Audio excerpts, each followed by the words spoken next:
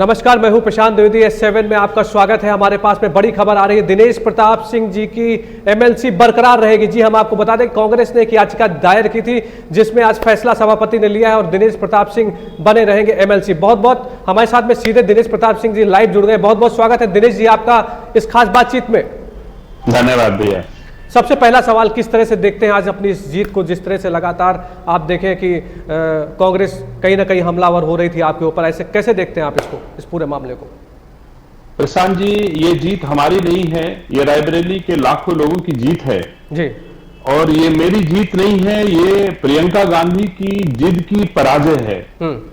मैं इसे भली भांति जानता हूं कि 2017 में प्रियंका गांधी ने अपने आवास 35 लोधी रोड पर हमसे हमारी विधान परिषद की सदस्यता से इस्तीफा लिया था। और वो इस्तीफा आज भी मैं अपने रायबरेली जनपद के सभी शुभचिंतकों को साक्षी मान करके कहता हूं कि उन्होंने जो इस्तीफा लिया उस पर मैं आज भी अडिग हूं। मैं दावे के साथ कहता हूं, प्रियंका गांधी ने मुझसे इस्तीफा लिया, जिसकी वीडियो रिकॉर्डिंग धीरज श्रीवास्तव ने बनाई थी, जिसमें प्रियंका गांधी, धीरज श्रीवास्तव और दिनेश सिंह तीनों लोग हैं। और मेरे हस्ताक्षर करते हुए फोटो ली गई थी मेरे पेट पर कि कहीं ऐसा न हो दिनेश सिंह मुकर जाए। मैं तब से आज तक लगातार कह रहा हूं कि वो इस्तीफा प्रियंका गांधी जी विधान परिषद के माननीय सभापति के समक्ष प्रस्तुत कर दें। मैं दावे के साथ कहता हूं, उसे स्वीकार करूंगा।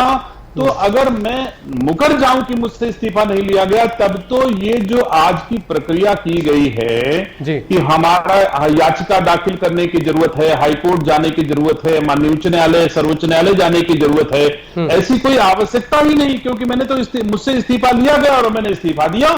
तो ऐसे में कोई औचित्य नहीं बनता है किसी याचिका का सहारा लेने का। लेकिन चूंकि कांग्रेस का जनाधार पूरी तरह से खत्म हो चुका है, प्रियंका गांधी, गांधी परिवार की पूरी तरह से हिंदुस्तान भर में लोकप्रियता खत्म हो चुकी है और वो इसी तरह के षड्यंत्रों का सहारा लेकर के अपने को उत्तर प्रदेश में स्थापित करना चाहती हैं। मैं कह सकता हूं कि प्रियंका गांधी जी पहले देश की नेता, कांग्रेस पार्टी की देश की नेता थी, राष्ट्रीय महासचिव आज भी हैं। वो देश की नेता है, उत्तर प्रदेश की नेता नहीं हैं। लेकिन मोदी जी के डर के मारे दिल्ली छोड़ के लखनऊ बसने का आह्वान कर रही हैं। मैं जरूर कहना चाहता हूं आपके माध्यम से पूरे उत्तर प्रदेश वासियों को कि वो दिन दूर नहीं जब योगी जी के डर के मारे लखनऊ भी छोड़ करके प्रियंका गांधी जी रायबरेली भाग के आएंगी और रायबरेली में भी दिनेश सिंह के डर के मारे फिर भाग करके वो वापस इटली जाएंगी। उनका मुकाम सिर्फ और सिर्फ इटली है, हिंदुस्तान नहीं है, क्योंकि वो हिंदुस्तान तीनों के प्रबल विरोधी हैं। उनका विश्वास ना हिंदू में है, ना हिंदुस्तान में है और ना ही हिंदी में है। सोनिया गांधी जी से आप हिंदी में कोई बात करना चाहो, संभव ही नहीं है। सोनिया गांधी से कोई दर्द बताना चाहो, संभव ही नहीं है। सम्मानित साथियों, इतनी दुख की बात है कि आज कोरोना जैसी महामारी रायबरेली जनपद में पांव पसारे है और सोनिया गांधी जी रायबरेली की सांसद हैं और रायबरेली में दिखाई नहीं पड़ रही हैं। ये इसी कारण से कांग्रेस सिकुड़ती चली जा रही कि जन सरोकारों से जुड़ने का ना तो उनका कभी स्वभाव रहा है, ना उनकी आदत रही है और ना इतना संघर्ष करने की क्षमता है। सोने चांदी के चम्मच और थाली से खाने वाले लोग गरीबों के संघर्ष के लिए क्या जाने। वो दिखाती है आईना हमारे यशस्वी योगी आदित्यनाथ जी को, कहती है कि वो जो है बसें हम भेज रहे, हमारी बसों से लोग आएंगे। मैं पूछना चाहता हूं, इतना परिश्रमी आदमी जो 24 घंटे में 18 घंटे उत्तर प्रदेश वासियों की सेवा करता है, आपके बसें तो 3 घंटे भी नहीं हैं। 1 साल में 6 महीने विदेश ना रहे तो लगता है उसका जीवन ही नहीं रहेगा। जो आदमी देश के लोगों के बीच में रहना उचित नहीं समझता है, तो निश्चित तौर से मैं कहना चाहता हूं, अंततः बात सिर्फ इतनी है कि कांग्रेस पार्टी हिंदुस्तान और उत्तर प्रदेश में खत्म हो चुकी है। भारतीय जनता पार्टी के नेताओं और भारतीय जनता पार्टी के कार्यकर्ताओं का एक ही सपना था कि हिंदुस्तान मुक्त भारत होना चाहिए। जो भारतीय संस्कृति और संस्कार वाली पार्टी का सपना, भारतीय जनता पार्टी का सपना पूरा होता दिखाई दे रहा है। शीघ्र ही राजस्थान में भी उनकी सरकार जा रही है, मध्य प्रदेश में भी चली गई है। दोष इसमें भाजपा का देंगे, दोष अपना नहीं देंगे कि अपने लोगों का दोष देना चाहिए।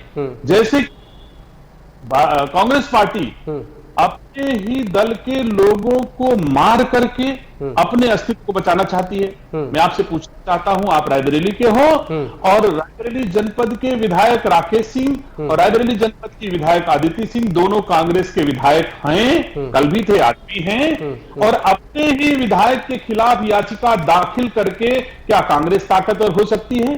वैसे ही होगा जैसे एक कहावत है कि जब बाढ़ आती है, नदियां बढ़ती हैं और कोई बिल्ली जब नदी को पार करती है तो अपने बच्चे को अपनी पीठ पर बैठा लेती है, पार करने लगती है। जैसे लगता है कि वो डूब जाएगी, अपने बच्चे को नीचे कर देती है और बच्चे के ऊपर खुद हो जाती है। वैसे आज की तारीख में कांग्रेस पार्टी अपने जनाधार को बचाने के लिए अपने कार्यकर्ताओं की हत्या करने पर आमादा है। इसका उदाहरण रायबरेली जनपद के राकेश सिंह और आदिति सिंह स्वयं हैं कि इन लोगों को मार करके रायबरेली जनपद में कांग्रेस अपने को स्थापित करना चाहती है, जो अब संभव नहीं है। वैसे कांग्रेस पार्टी की हमेशा नीति रही है रायबरेली पद की लीडरशिप को कभी उन्होंने मजबूत नहीं होने दिया। उनको हमेशा भय बना रहता था क्योंकि वो लोग निकम्मे हैं, काम करना जानते नहीं हैं। रायबरेली के नेता, रायबरेली के कार्यकर्ता संघर्षशील, मेहनती हैं, परिश्रमी हैं, लेकिन उनके परिश्रम को सहारा देने के बजाय जैसे ही कोई ताकतवर व्यक्ति यहां पर, जैसे भी जनाधार वाला व्यक्ति अपने मेहनत परिश्रम के बल पर आगे बढ़ता है, कांग्रेस उसके या तो पैरों पर कुल्हाड़ी चला देती है या गर्दन पे तलवार चला देती है कि वो कार्यकर्ता खत्म हो जाए, रायबरेली में लीडरशिप मजबूत ना हो पाए। ये रोष रायबरेली जनपद में आम लोगों को भी है, सभी छोटे मोटे जनप्रतिनिधियों को भी है कि रायबरेली की लीडरशिप डेवलप नहीं हो रही है। इसीलिए बीते लोकसभा के चुनाव में सोनिया गांधी को लगभग मुंह की खानी पड़ी और चार दलों की प्रत्याशी होने के बावजूद मामूली अंतर से लोकसभा का मुंह देख सकी हैं। समाजवादी पार्टी, बहुजन समाज पार्टी की बदौलत सोनिया गांधी रायबरेली से एमपी हैं। सोनिया गांधी ना अपनी लोकप्रियता की बदौलत एमपी हैं, न सोनिया गांधी रायबरेली के मतदाताओं की बदौलत एमपी हैं, केवल हैं तो वो सपा और बसपा की बदौलत एमपी हैं। अपना दल का एक हिस्सा, एक गुट जो है वो भी उनके साथ था। इस 3 दल के प्रत्याशी थे और रायबरेली का चिराग दिनेश सिंह भारतीय जनता पार्टी का आशीर्वाद लेकर के उनके सामने रहा और उनको चुनौती दी। रायबरेली के लोगों ने साथ दिया, मजबूती के साथ मेरे साथ खड़े रहे। मुझे यकीन है, मुझे भरोसा है कि आने वाले लोकसभा के चुनाव में रायबरेली जनपद से कांग्रेस का सफाया होगा, कमल खिलेगा और मोदी जी को प्रधानमंत्री बनाने में रायबरेली का एक कमल काम आएगा। जी अच्छा, मैं एक बात समझना चाहता हूं एमएलसी साहब आपसे कि ये जो याचिका दी गई थी, इसमें क्या क्या पॉइंट दिए गए थे आपके खिलाफ जो वो उन्होंने सामने रखा था सभापति के? देखिए, याचिका जो उन्होंने दाखिल की थी कि दिनेश प्रताप सिंह ने स्वेच्छा से कांग्रेस पार्टी छोड़ दी है, इसलिए इनको दल बदल कानून के दायरे में लाते हुए इनको इनकी सदस्यता समाप्त कर दी जाए। मैंने विधान परिषद के सभापति जी को पत्र लिखा था कि मैंने कांग्रेस छोड़ दिया है और भारतीय जनता पार्टी ज्वाइन कर लिया है। मैंने 2 बात लिखी थी और उन्होंने 2 बात में से केवल एक बात कही कि उन्होंने कांग्रेस स्वेच्छा से छोड़ दिया है।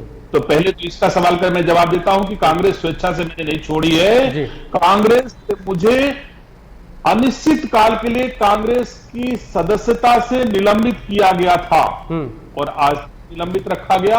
ये स्वेच्छा नहीं हो सकती। जब आपने मुझे मारा है, आपने मुझसे इस्तीफा ले लिया है, तब मैंने भारतीय जनता पार्टी ज्वाइन किया है, तो स्वेच्छा का विषय नहीं हो सकता है। दूसरा, अगर मैंने भारतीय जनता पार्टी ज्वाइन की है तो जिस समय मैंने ज्वाइन की उस समय मैं नेता कांग्रेस विधान परिषद दल था हाउस में और 2 सदस्यों वाले दल का मैं नेता था और मैंने भारतीय जनता पार्टी ज्वाइन की। आज तक हिंदुस्तान के किसी भी संविधान में अथवा किसी माननीय न्यायालय ने कोई ऐसी विधि व्यवस्था नहीं दी कि 2 सदस्यों का 2/3 क्या होगा।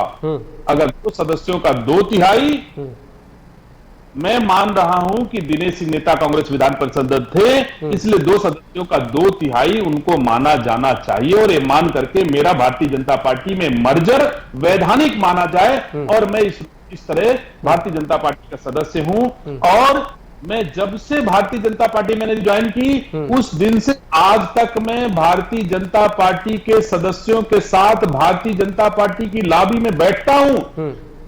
ना तो विधान परिषद के सभापति ने कभी आपत्ति की, ना विधान परिषद के सचिवालय ने कभी आपत्ति की। इसलिए मैं अपने को मान के चलता हूं कि मैं भारतीय जनता पार्टी का एमएलसी हूं और मैंने भारतीय जनता पार्टी ज्वाइन की है। इस पर कांग्रेस को तकलीफ है। मैं कहता हूं इससे तकलीफ के बजाय आने वाले वक्त का इंतजार करो और चुनाव लड़के, तुम्हारी क्षमता हो तो कांग्रेस का एमएलसी बना लेना, लेकिन आप दिनेश सिंह को अयोग्य घोषित करा के कांग्रेस का एमएलसी बनाने का सपना प्रियंका गांधी का धरा रह जाएगा। ये फलीभूत नहीं होने वाला है। अच्छा, मैं एक बात आपसे ये भी समझना चाहता हूं, देखिए जिस तरह से पूरे देश में कोविड-19 बढ़ रहा है और रायबरेली में भी एक तरह से देखा जाए तो समस्या कहीं ना कहीं ज़्यादा दिखाई पड़ रही है और भारत के प्रधानमंत्री और उत्तर प्रदेश के मुख्यमंत्री लगातार अपील भी कर रहे हैं कि सोशल डिस्टेंसिंग का पालन करिए, मास्क लगाइए, ज़्यादा जरूरी हो तभी बाजारों में जाइए। दिनेश सिंह क्या कहते हैं, जनता से किस तरह से अपील करते हैं हमारे चैनल के माध्यम से? देखिए, मैं आपके चैनल के माध्यम से अपने जनपद वासियों से गुजारिश करना चाहता हूं कि ये कोरोना की बीमारी बता के नहीं आई थी, जानकारी नहीं थी, हम लोगों के पास इसकी दवा नहीं थी, इसके चिकित्सक नहीं थे, इसके भर्ती करने की व्यवस्था मेरे पास नहीं थी, आदेश जो सरकार चलाते हैं उनके पास नहीं थी। तो निश्चित तौर से ये संकट का दौर है। हमको आपको सामंजस्य के साथ सरकारों की व्यवस्था को स्वीकार करते हुए, सरकारों की व्यवस्था को बढ़ाते हुए, सरकारों की व्यवस्था से को सहमत होते हुए आगे बढ़ना है। तभी हम लोगों का कोरोना से हम लड़ाई लड़ पाएंगे। और मैं समझता हूं भारत के यशस्वी प्रधानमंत्री आदरणीय नरेंद्र मोदी जी और उत्तर प्रदेश के मुख्यमंत्री आदरणीय योगी आदित्यनाथ जी दोनों मेहनत और परिश्रम के साथ कोरोना से देशवासियों को बचाने का हर संभव प्रयास कर रहे हैं। और मुझे यकीन है अपने दोनों योद्धाओं पर, देश के प्रधानमंत्री, उत्तर प्रदेश के मुख्यमंत्री से, कि ये दोनों लड़ करके कोरोना को हराएंगे और भारत को जिताएंगे। इतना मुझे उम्मीद है। चलिए, बहुत बहुत धन्यवाद दिनेश जी, आप हमारे साथ में जुड़े और आपको बहुत बहुत शुभकामनाएं है कि आप एमएलसी बराबर बने रहेंगे। इसके लिए आपको बहुत बहुत बधाई। आज आप जो आपके हित में फैसला है उसके लिए आपको बहुत बहुत बधाई एवं शुभकामनाएं S7 परिवार की तरफ से। धन्यवाद आपको, बहुत बहुत धन्यवाद। तो ये थे दिनेश प्रताप सिंह एमएलसी जो हम लोगों के साथ में सीधे लाइव जुड़े थे, जिन्होंने बताया कि किस तरह से कांग्रेस ने अपनी याचिका जो दायर की थी और आज उसको सभापति ने एक तरह से निरस्त कर दिया है। अभी आपसे फिर होगी मुलाकात आगे S7 के न्यूज़ संवाद में। नमस्कार।